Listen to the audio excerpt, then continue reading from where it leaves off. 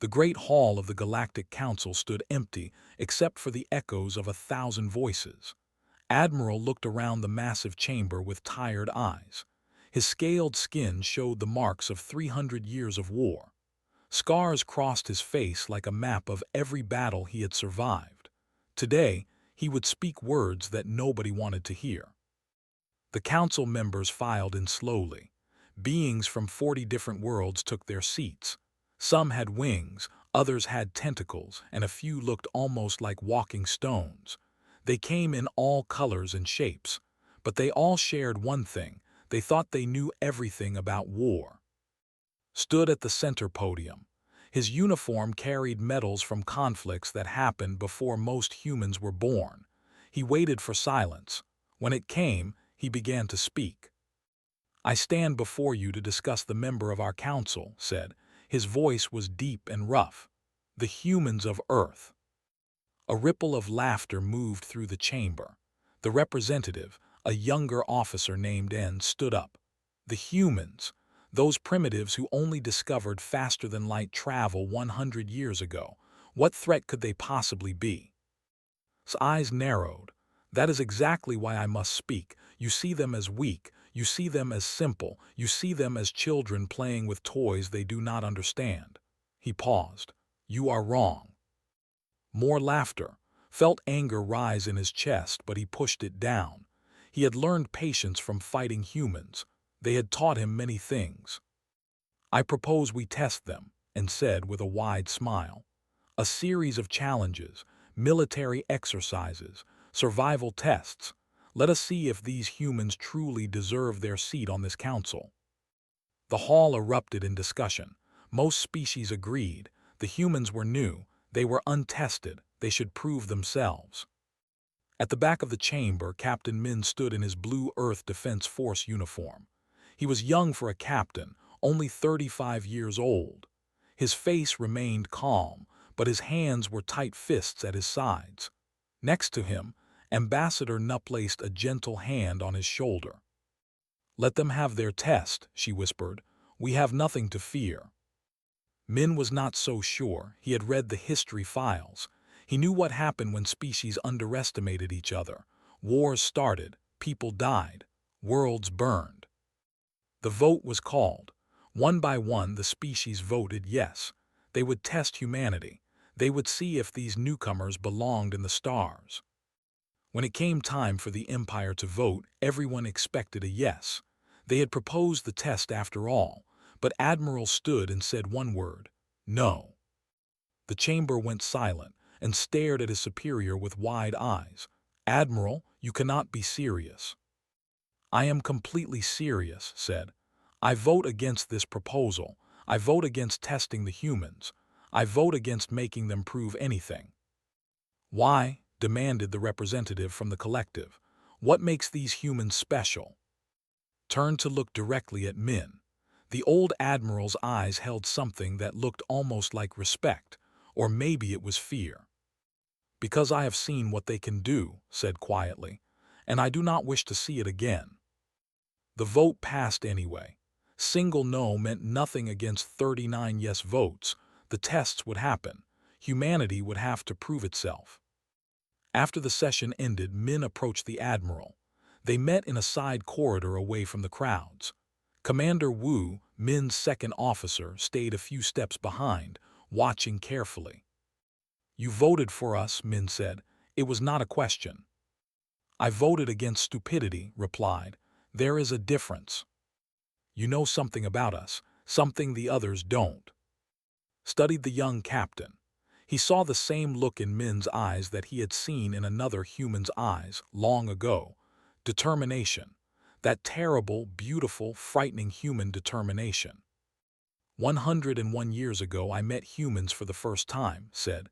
"I was younger then, more foolish. I thought I was strong because I commanded warships. I thought I knew what strength meant. What happened? I learned that strength is not about weapons or ships or technology." His hand touched an old scar on his neck. "I learned that strength is about will, about the refusal to break even when breaking would be easier, about looking at impossible odds and saying, 'No, We will not surrender."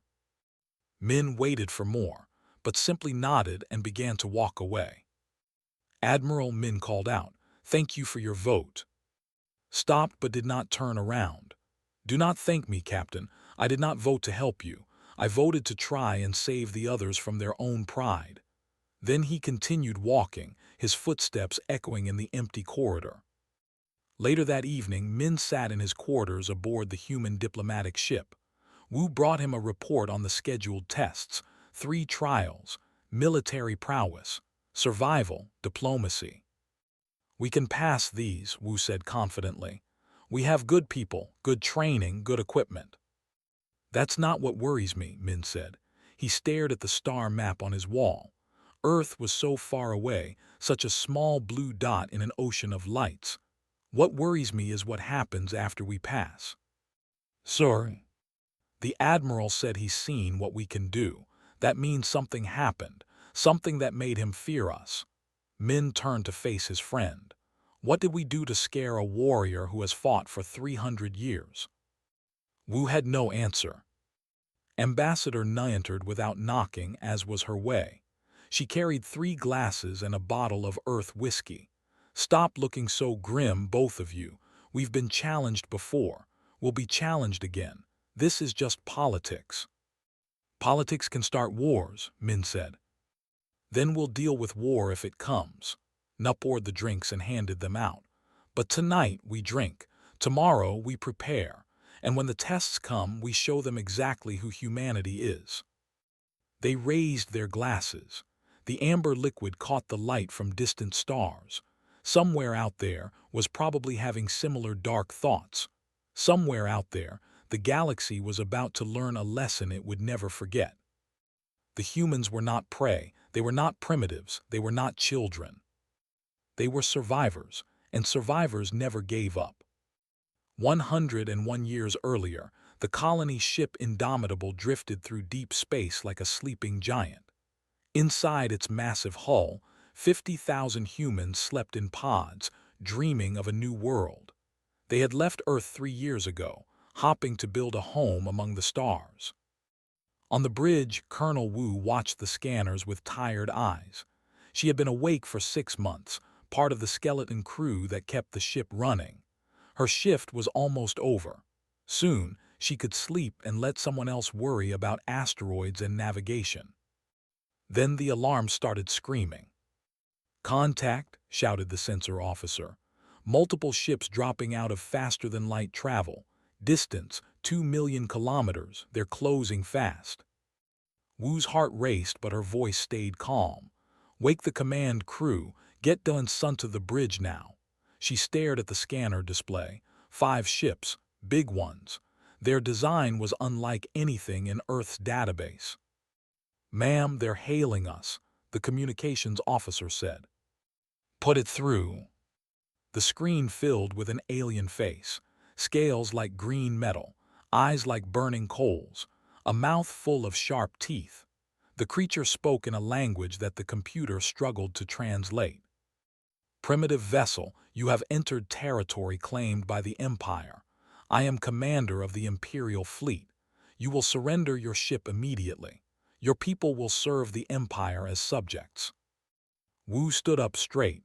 She was not a tall woman, but she had fought in the South China Sea conflict. She had led troops through impossible situations. She did not scare easily. "This is Colonel Wu of Earth. We claim no territory.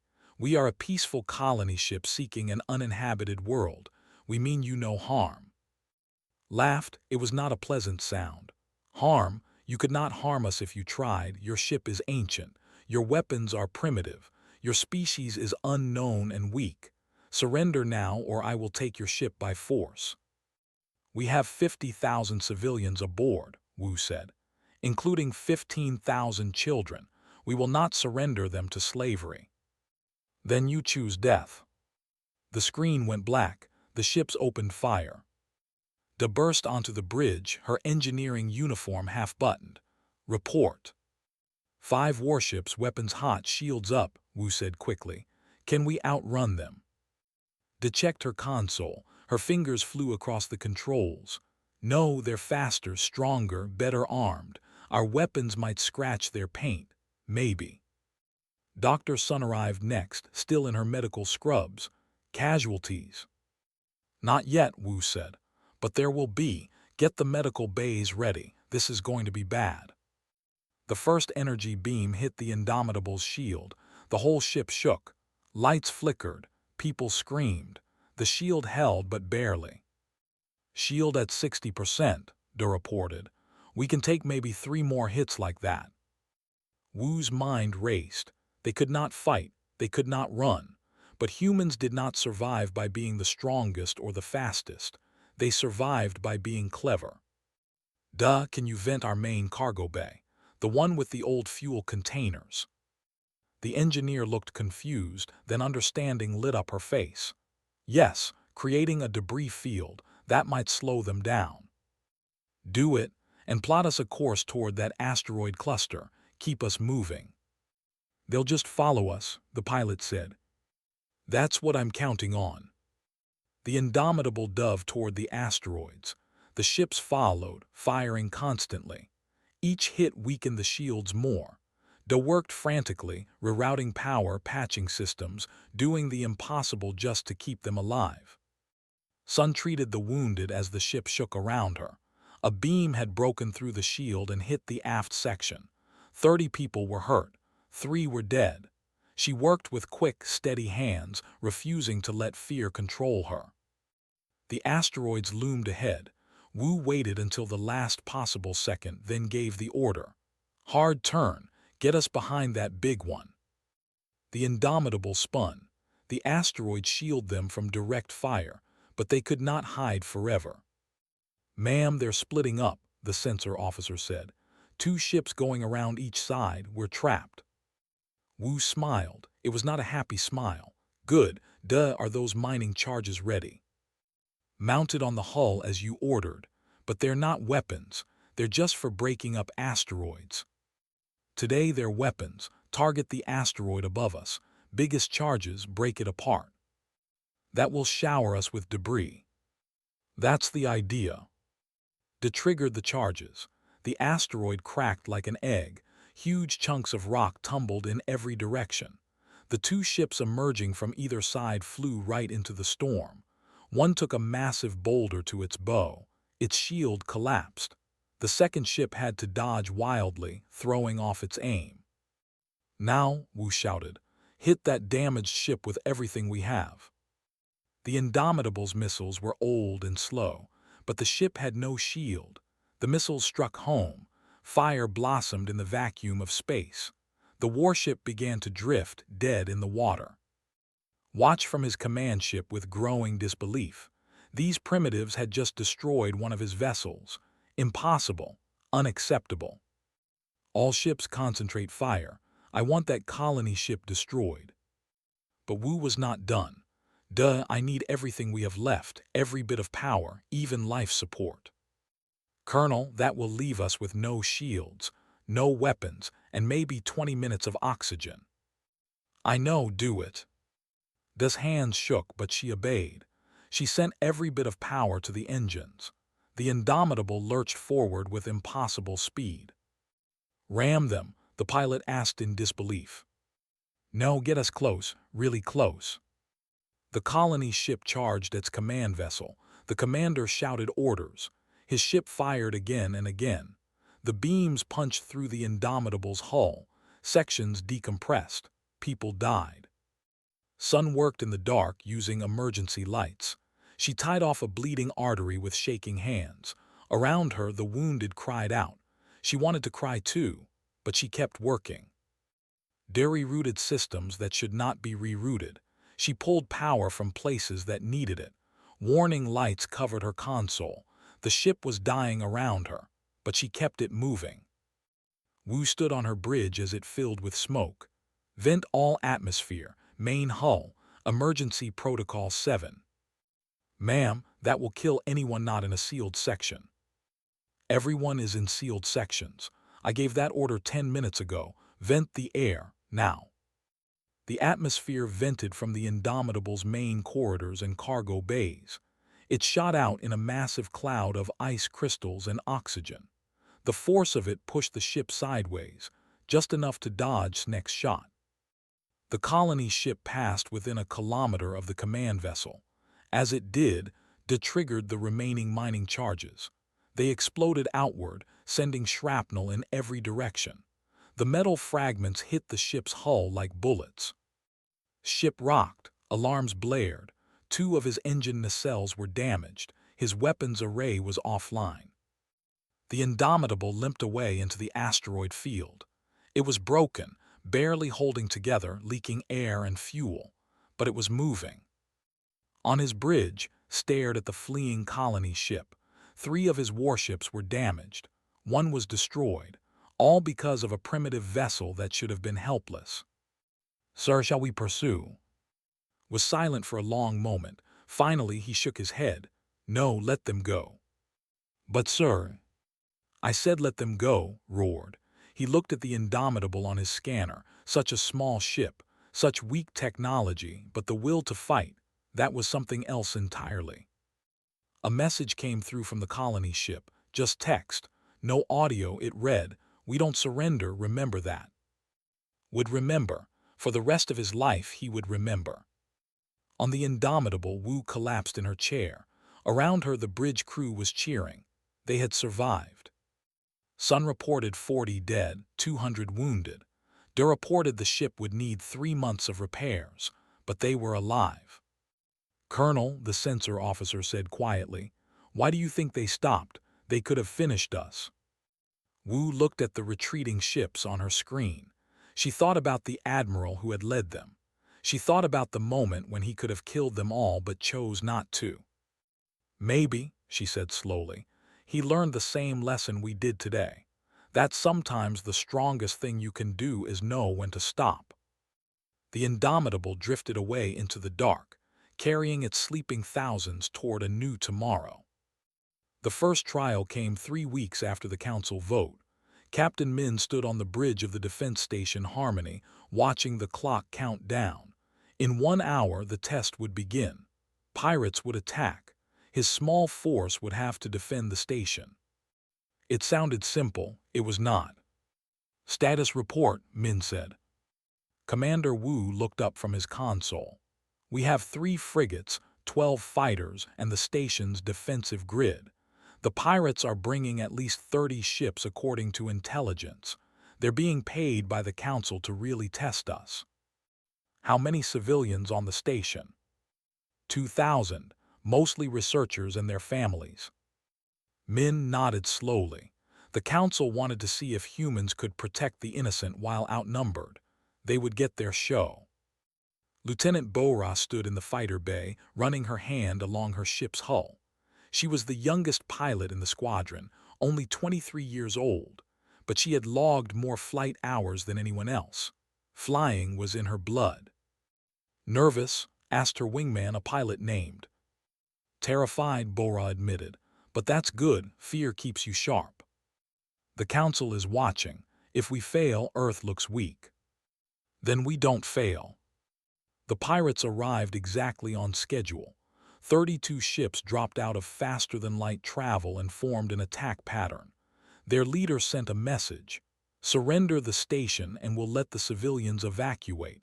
Fight and everyone dies." Min activated the station-wide channel. "All personnel, this is Captain Min battle stations. We have civilians counting on us. We have Earth counting on us. We do not surrender. We do not run. We fight." The pirate ships opened fire. The station's shields flared bright blue. The 3 frigates moved to intercept, their weapons blazing, and Bora led her squadron out into the black. The first minutes were chaos. The pirates had numbers and aggression. They swarmed like angry insects, hitting from all directions. 2 of the human frigates took heavy damage. The station's shields dropped to 50%. But the humans did not panic. Bora flew her fighter like it was part of her body. She dove between pirate ships, her weapons finding weak points in their shields. When her missiles ran out, she used her guns. When her guns overheated, She used her ship itself as a battering ram against a pirate's damaged wing. "Squadron Pattern Delta," she called out. "Make them chase us into the crossfire." The fighters scattered, each one drawing pirates away from the station. The enemy took the bait, pursuing what looked like easy kills, but Bora led them straight into the firing solution of the defense grid. Turrets that had been quiet suddenly opened up. 6 pirate ships exploded in quick succession. On the station, Wu coordinated the defense with calm precision. He watched 100 data streams at once, moving assets, predicting enemy movements, finding patterns in the chaos. "Captain, 3 pirates are breaking formation. They're going for the civilian section. Divert power to shields in that sector. Tell Bora we need those ships stopped. She's out of missiles and half her squadron is damaged. She'll find a way." Bora saw the 3 pirates heading for the civilians. Her fighter was damaged, leaking fuel, weapons nearly empty. Behind her, only 4 other fighters remained in flying condition. "All wings, we go weapons free. Use everything, we stop them here." She pushed her engines to maximum. The ship protested, alarms screaming. She ignored them. The pirates were faster, but she knew a pilot's trick. Sometimes the shortest path is not a straight line. She fired her maneuvering thrusters, spinning her ship wildly.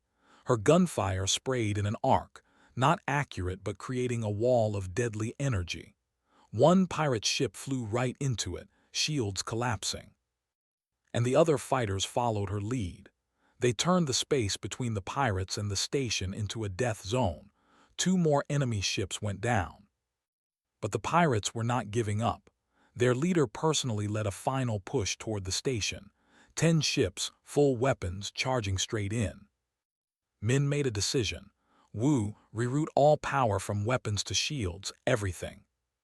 "Sir, that leaves us defenseless." "Do it." The station's shields blazed bright as the sun as all power fed into them. The pirate attack hit like a tsunami. Beam after beam struck the shield. It held.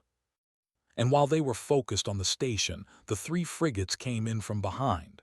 Damaged, barely functional but still fighting. They poured everything they had into the pirate rear guard. The pirate leader realized his mistake too late. He was trapped between the station's shield and the frigate's guns. His ship exploded in a brilliant flash. The remaining pirates broke formation and fled. The battle was over. Bora limped her fighter back to the station. Her canopy was cracked, her engines were smoking, and she was pretty sure she had at least 2 broken ribs. But she was smiling. The second trial happened 1 week later on a world called Torment. The planet earned its name. Toxic atmosphere, predatory wildlife, temperatures that swung from freezing to boiling. 3 alien teams had attempted survival there before. None lasted more than 5 days. Specialist 1 stood on the shuttle ramp, looking at the hostile landscape. Behind him, Dr. Youngmi checked her science equipment one last time. 15 days, one said. "We need to survive 15 days. "Humans evolved on a death world," Youngmi replied. "We'll be fine." The shuttle left them alone with basic supplies. No advanced technology. Just knives, rope, basic tools. The council wanted to see if humans could adapt. The first challenge was shelter. One found a cave within 2 hours. Youngmi declared it safe after checking for dangerous creatures.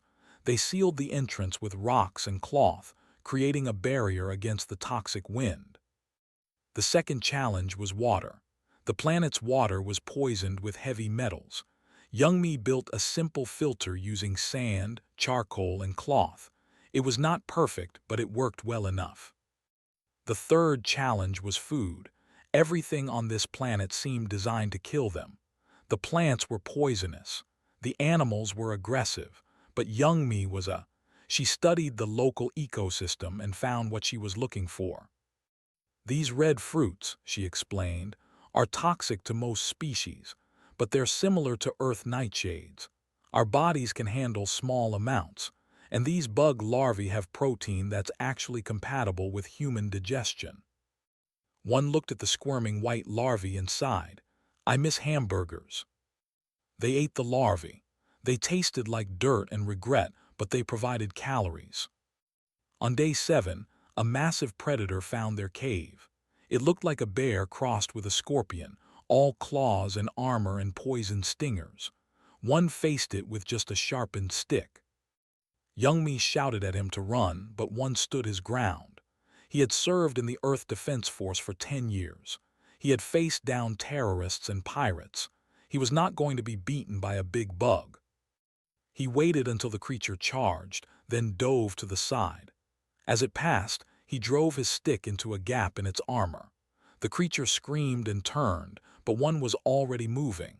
He struck again and again, always targeting the weak points Youngmi had identified in similar creatures. Finally, the predator fled, wounded and confused. One collapsed, breathing hard. We should move, Youngmi said. It might come back with friends. They moved deeper into the cave system. There, they found something unexpected, underground pools of clean water. They found fungi that were not poisonous. They found minerals that Youngmi could use to create better tools. By day 10, they were not just surviving. They were thriving. One had built a water collection system. Youngmi had mapped the safe and dangerous areas. They had even befriended a small local creature that looked like a 6-legged cat. It brought them dead prey in exchange for shelter. When the shuttle returned on day 15, the council observers found one and Youngmi sitting by a fire, cooking something that smelled almost edible. Their clothes were torn and dirty, but they were healthy, strong, smiling. Humans, one observer muttered, are impossible to kill. The third trial was Ambassador Nuss Challenge. 2 species, the and the, had been at war for 20 years. Thousands had died. Both sides refused to compromise. 5 diplomats had tried to broker peace. All failed. Na walked into the negotiation chamber with just a notebook and a pen. The representative glared at her with compound eyes. The representative refused to even look at her. I am not here to tell you what to do, Na began. I am here to listen. For 3 days, she listened.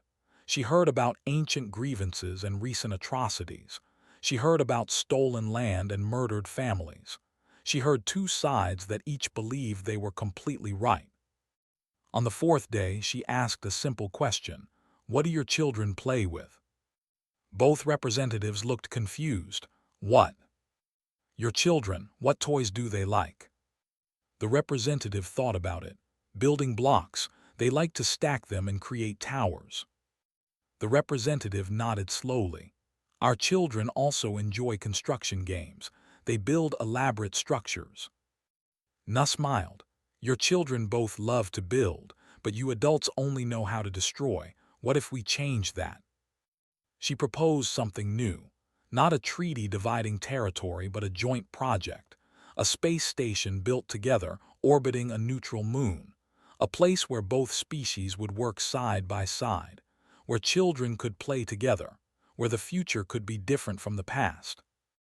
The representatives were skeptical, but Na had planted a seed. She spent 2 more weeks nurturing it, showing them plans, addressing concerns, finding common ground.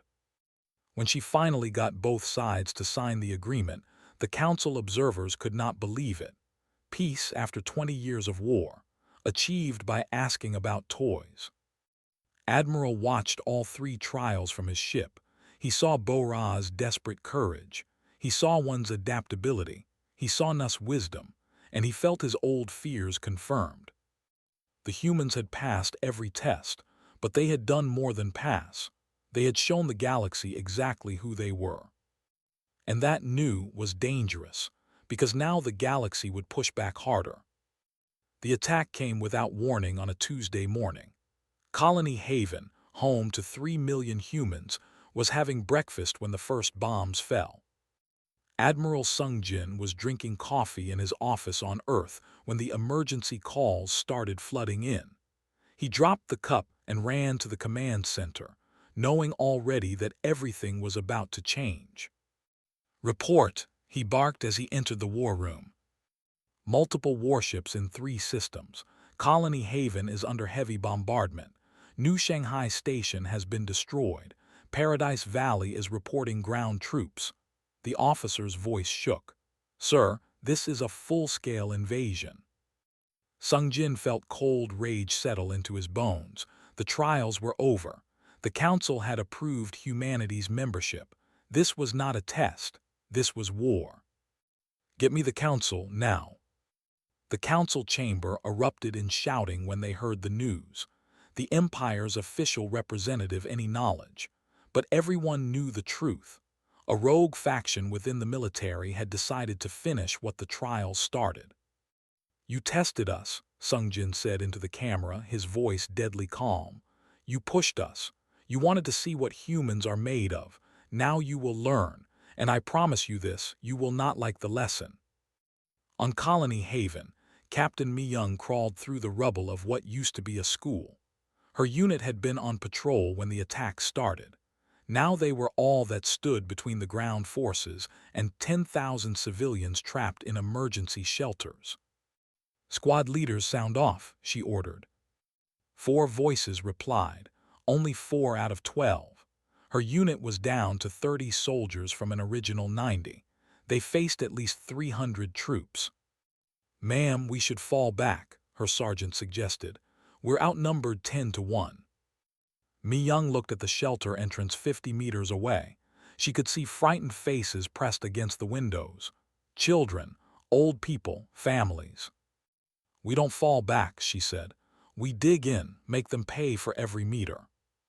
Her soldiers obeyed without hesitation. They set up positions in the rubble. They salvaged weapons from fallen comrades. They prepared to make their last stand. They came at dusk, confident in their superior numbers.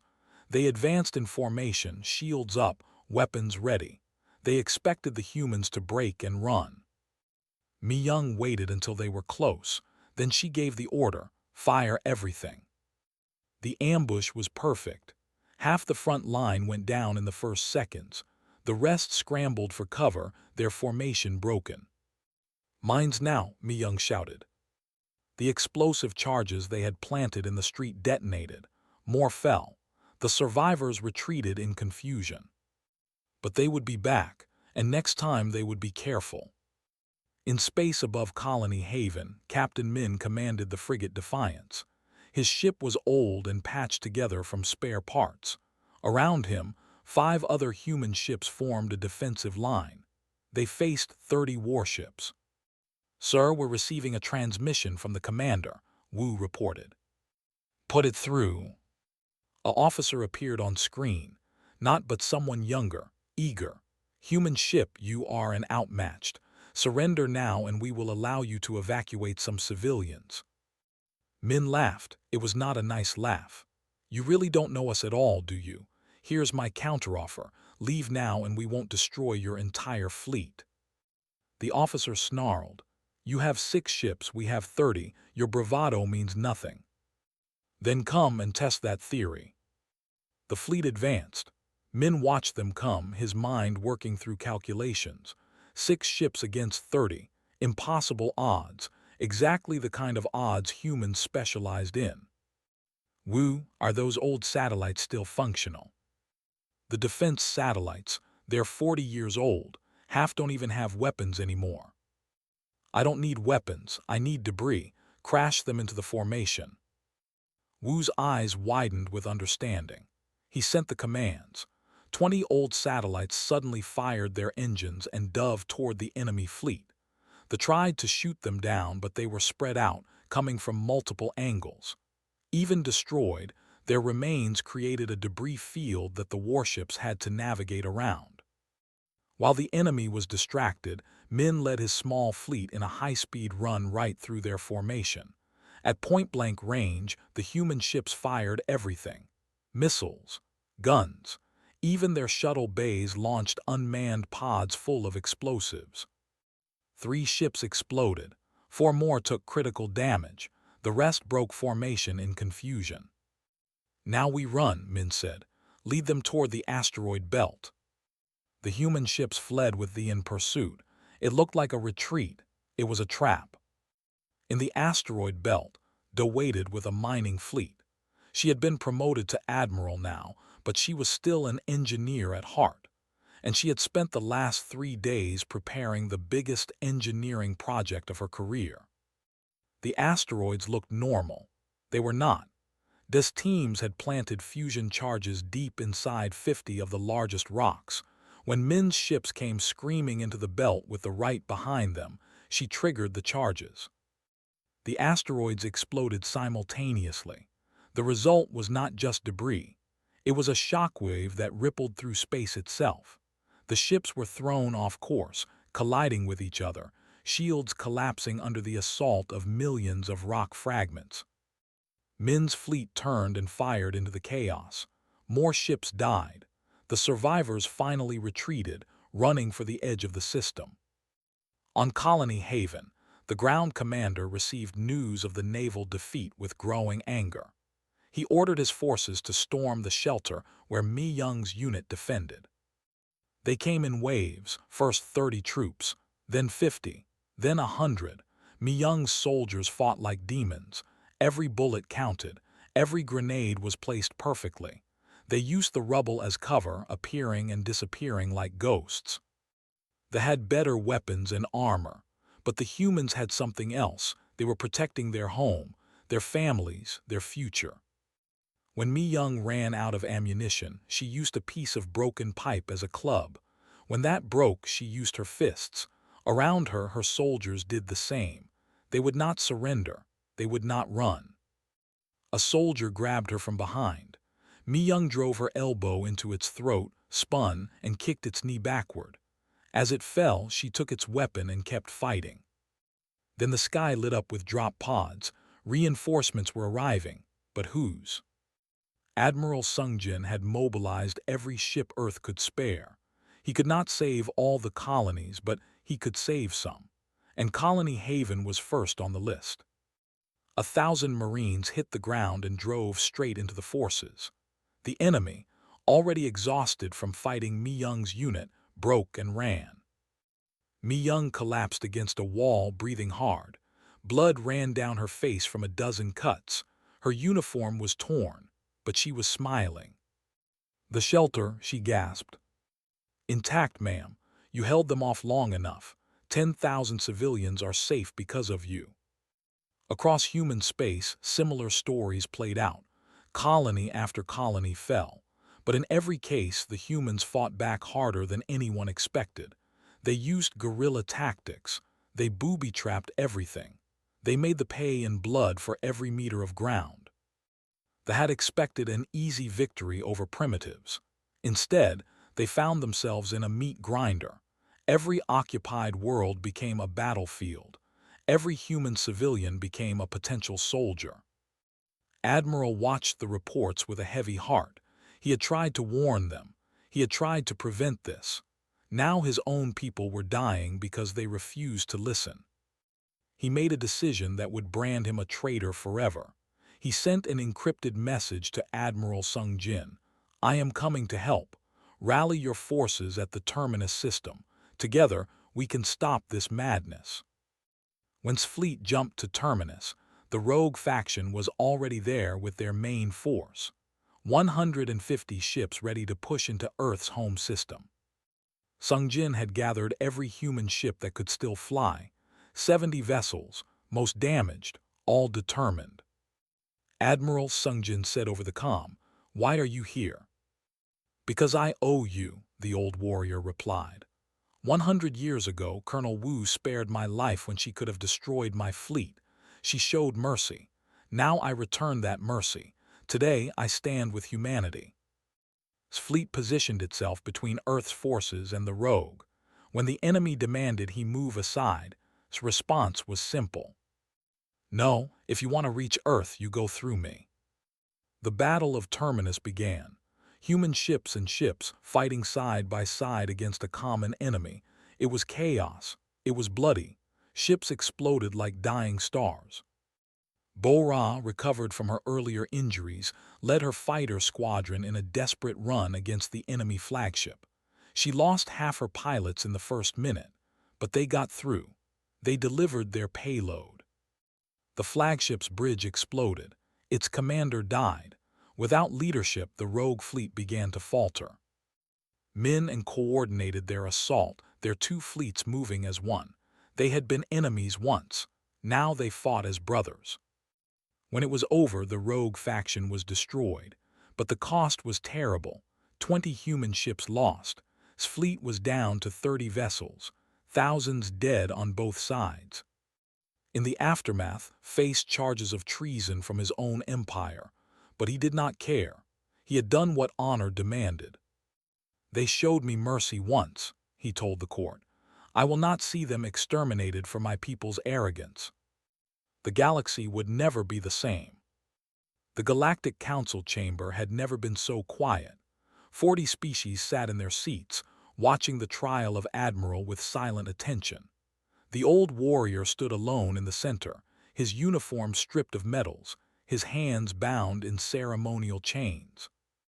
The Empire's prosecutor spoke with barely controlled rage. "Admiral stands accused of treason. He turned his weapons against his own people. He sided with aliens over his empire. The penalty for such crimes is death." Ambassador Nuss stood up from the human delegation. She had aged in the months since the war. Her hair showed more gray now. Her eyes carried the weight of all the dead, but her voice was still strong. "The Council recognizes Ambassador Nuss of Earth," the Council leader said. "I wish to speak in Admiral's defense," Nuss announced. The chamber erupted in whispers. A human defending after everything that happened. "You may proceed," the Council leader said, curiosity clear in his voice. Nuss walked to stand beside. The old Admiral looked at her with surprise. She gave him a small nod, then addressed the Council. 101 years ago, a colony ship full of human civilians encountered a fleet. That fleet was commanded by a young officer eager for glory. He attacked. He tried to destroy us. He failed. She paused, letting her words sink in. "By all rights, we could have destroyed his damaged ships. We had the opportunity. We had the justification. But Colonel Wu, commander of that colony ship, chose mercy instead. She let the fleet retreat. She could have taken vengeance. She chose honor." Nuss turned to face directly. That young officer learned something that day. He learned that strength is not just about weapons or victories. He learned that true warriors know when to fight and when to show mercy. He carried that lesson for a century. She faced the Council again. When the rogue faction attacked humanity, Admiral repaid the debt. He honored the code of warriors everywhere. He protected those who had once protected him. That is not treason. That is the highest form of honor. The prosecutor stood. He betrayed his own species. "No," Captain Min said, rising from his seat. "He saved his species. The rogue faction would have started a war that destroyed the Empire. Admiral stopped that. He chose a harder path. He chose honor over blind loyalty." Captain Mi Young stood next. Her uniform still showed scars from the Battle of Colony Haven. "He fought beside us when we were outnumbered. He lost ships and soldiers defending human civilians. That is not the action of a traitor. That is the action of a hero." One by one, humans stood. Bo-Ra, her arms still in a cast from her fighter crash. Wu, his face marked with burned scars. Duh, walking with a cane from an injury in the engineering bay. One and Youngmi standing together. Even Admiral Sung Jin, who had commanded Earth's forces, rose to his feet. "We all stand for Admiral," Sung Jin declared. "Punish him if you must, but know this, humanity considers him a friend, an ally, a warrior of honor, and we do not forget our friends." The Council leader looked around the chamber. Slowly, one by one, representatives from other species began to stand. The collective. The and standing together now in peace. The collective. Even some of the representatives rose, defying their own prosecutor. Within minutes, only 5 species remained seated. The message was clear. The council leader spoke. "Admiral, you are found not guilty of treason. Instead, you are recognized as a warrior of honor. Your actions saved countless lives, both human and you are free." The chains were removed, stood there looking at all the beings who had defended him. His eyes were wet. "I do not deserve this," he said quietly. "You do," Na replied. "You repaid mercy with mercy, honor with honor. That is what we build our future on." 3 months later, the council reconvened to discuss the new order. The war had changed everything. Humanity was no longer the newcomer to be tested. They were equals, partners, protectors. Ambassador Nu stood before the council with a proposal. "The war taught us that we are stronger together. I propose the creation of a mutual defense treaty. Any attack on one member species is an attack on all." The motion passed with only 2 votes against. But more changes were coming. The council elected a new secretary general, someone who could lead them into this new era. Nu was chosen, the first human to hold the position. Admiral Sung Jin was promoted to commander of the Joint Galactic Defense Force. Under his leadership, human tactics and strategies would be taught to all species. The humans had proven they knew how to fight against impossible odds. Now they would teach others. Captain Min received his own promotion to admiral. He would command the new flagship of the Joint Fleet, a massive vessel built with technology from 20 different species. Commander Wu would serve as his first officer. Bora founded the first multi-species fighter academy. Pilots from across the galaxy came to learn from the human who had survived more impossible battles than anyone could count. She taught them not just flying, but the human philosophy: never give up, adapt to any situation, protect your wingman. Captain Mi Young left active service to help rebuild Colony Haven, but she also trained a new generation of ground forces, teaching them urban warfare, guerrilla tactics, and the importance of protecting civilians above all else. Her methods would save countless lives in future conflicts. Dura turned to engineering, but now she led projects that combined the best technology from every species.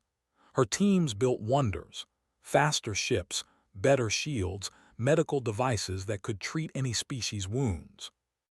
One and Youngmi married and returned to Torment, the death world where they had proven human adaptability. They established the first permanent research station there, studying how to make hostile worlds livable.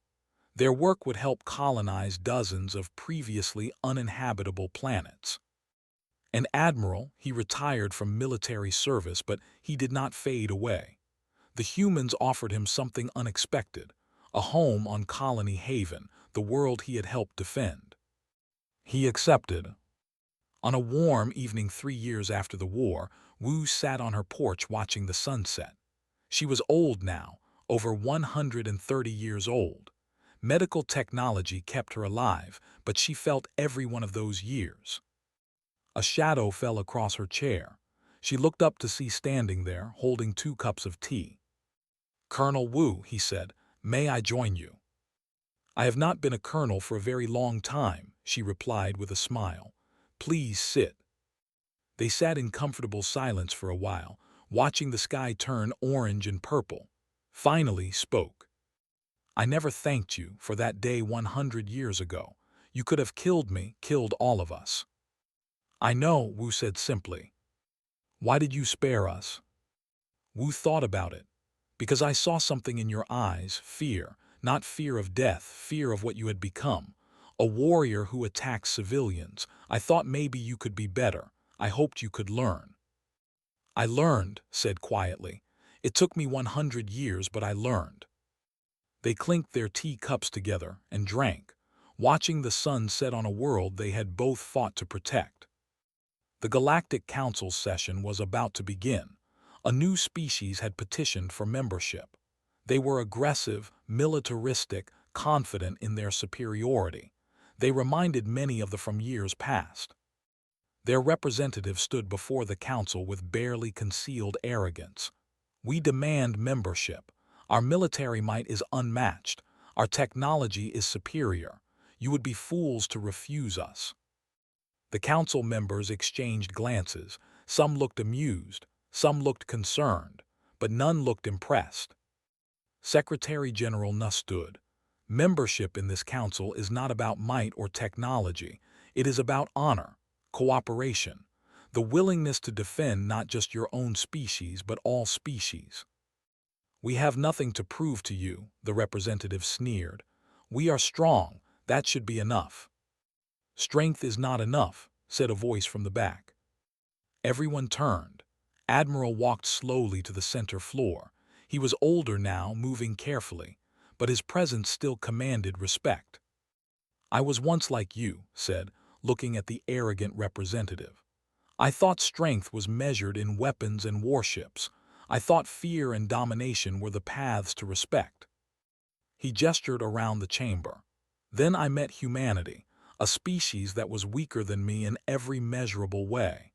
They had fewer ships, worse weapons, simpler technology. By all logic, they should have been easy to defeat." His voice grew stronger. "But they beat me, not with superior force, with will, with creativity, with the absolute refusal to surrender even when surrender was the logical choice." He turned back to the new species representative. "I learned something that day. I learned that true strength is not about dominating others. It is about protecting them. True power is not about forcing others to fear you. It is about inspiring them to stand beside you." The chamber was absolutely silent. "So I will say to you what I once said to my own empire when they wanted to test the humans," continued. "Do not challenge them. Do not underestimate them. Do not assume that might makes right." He paused, letting his words carry weight. "And if you cannot learn that lesson peacefully, they will teach it to you the hard way. As they taught me. As they taught the rogue faction that attacked them. As they have taught everyone who thought they were weak." Looked around the council chamber one last time. "The humans are not the strongest species here. They are not the or the most advanced, but they are the most dangerous, because they never give up. They adapt to any challenge. They protect their own with absolute dedication." He focused on the new species again. "So prove to us that you understand cooperation. Prove that you understand honor. Prove that you can stand beside others as equals rather than demanding to stand above them." The representative shifted uncomfortably. The arrogance had faded from his face. "And if you cannot prove those things," finished quietly, "then you do not belong in this council, because we have all learned the same lesson now. We are stronger together than we ever could be apart." Admiral Min stood and walked to stand beside, then joined them. Then representatives from 30 other species. They stood together, united. The new species representative looked at all of them and finally understood. This was not a council of the strongest. It was a council of those who had learned to stand together. I will convey your words to my people," he said, his arrogance gone.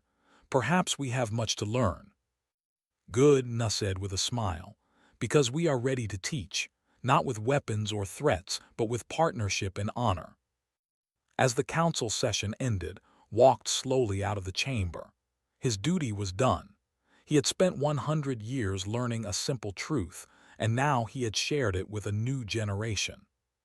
Humans were not to be challenged, not because they were unbeatable, but because they would never stop fighting for what they believed in. And in doing so, they inspired others to be better than they were. That was the real lesson. That was why they deserved their place among the stars. And that was why the galaxy would never be the same.